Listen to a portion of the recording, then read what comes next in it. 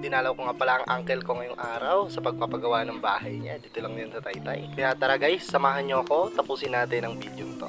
Bakanting lote nga pala tong nabili ng uncle ko. Matagal na niyang pinapangarap magkaroon ng sariling bahay. Kaya ito sinisimulan niya na kahit paunti-unti. At dahil nga wala siyang sariling bahay, matagal na siyang nangungupahan. Kaya ito, kahit matagal lang maging proseso, tuloy lang. Minsan lang tayo magkakaroon ng pagkakataon ituloy yung mga pangarap natin. Kaya naman kapag nasimulan, sulitin mo na. At kung wala kang panggawa ng bahay, huwag kang mag-alala, naiintindihan kita. Dahil katulad mo, isa rin ako sa mga nangangarap magkaroon ng sarili kong bahay. Darating din yung araw para sa atin, kaya naman huwag mong madaliin. Darating din yung araw na matutupad natin yung mga pangarap natin. Sabayan mo lang palagi ng sikap at pagtsatsaga. Kasi karamihan naman sa mga tao ngayon, sa lahat ng mga na-achieve nila, sa pagsisikap at pagtsatsaga nagsisimula. Iwasan lang natin ang mainggit kasi walang araw makukuha din naman natin yung mga ganitong bagay. At ayan guys, patapos na nga pala sila lolo dyan magbuhos ng semento. Konting sandali na lang at pagkatapos niyan merienda na. Yun lang talaga yung inaabangan ko dito eh. Maya nga lang guys, nandito na rin pala sila mama. Ayan, dumating na pati yung uncle ko kasama niya. Pati si papa nandun sa may dulo. Halos isang taon nga lang din kaming hindi nagkita ng uncle ko na to, kaya na-miss ko din talaga. Medyo nagugutom na nga pala ako sa mga oras na to, kaya nung nakita ko sila mama parang lumiliwanag yung mundo. Kaya ko naman bumili ng pagkain, kaso mas masarap pa rin kapag libre. Konting parinig nga lang at maya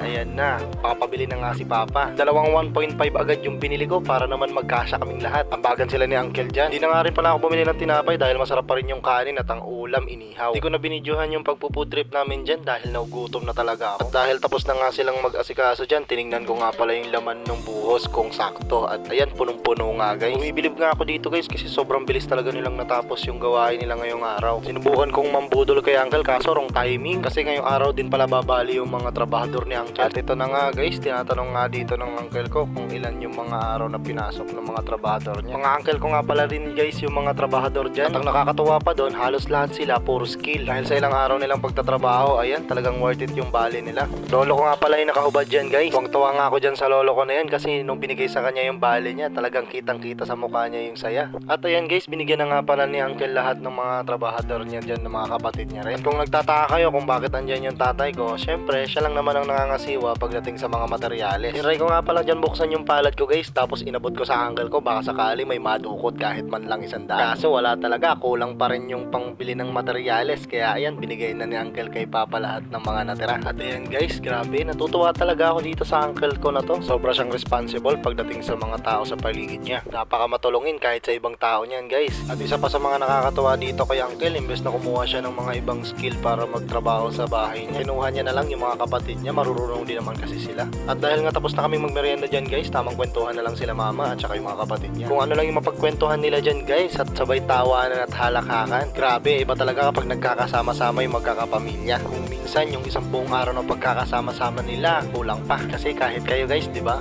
Minsan na lang kayong makompleto buong pamilya. Kaya napagpasya ng nanay ko ditong magdesisyon na kapag natapos daw tong bahay na pinapagawa ni uncle, halos lahat ng mga kapatid niya, imbitahin niya. At ayun, nakakatuwa nga. Nag-agree din si uncle sa sinabi ni mama kasi mga kapatid din naman niya yun. Ayan guys, at dahil tapos na nga sila sa mga ginagawa nila, tamang pagsasara na nga pala ng mga bintana at pintuan dyan yung mga uncle ko. At sisimulan nila ulit bukas ng umaga yung mga gagawin nila dyan sa bahay na ginagawa na yan. At sabi nga sa akin dito ng uncle ko, huwag mong mamadaliin lahat ng bagay. Kahit pa unti-unti, basta isure mo lang na makukuha mo yun. Pasasaan pa at papanig din sa iyo ang nasa taas. Tiyagaan mo lang, tandaan mo na kung kaya ko, mas kaya mo. Basta't lagi mo lang gawing inspirasyon yung pamilya mo dahil sila yung magbibigay ng lakas sa'yo. At kahit maging gaano pa kabigat ang pasanin mo sa buhay, buhatin mo lang. Kasi habang tumatagal dahil sa sobra mong pagsisikap, hindi mo napapansin yung pangarap mo unti-unti nang natutupad. Iwasan mo lang mainggit sa iba. Gawin mo silang motivation para naman pagdating ng panahon, mapabilang ka sa kanila. Grabe, simpleng payo ng uncle ko pero tagos sa puso hanggang laman. Kaya sa lahat ng mga nangangarap kagaya ko,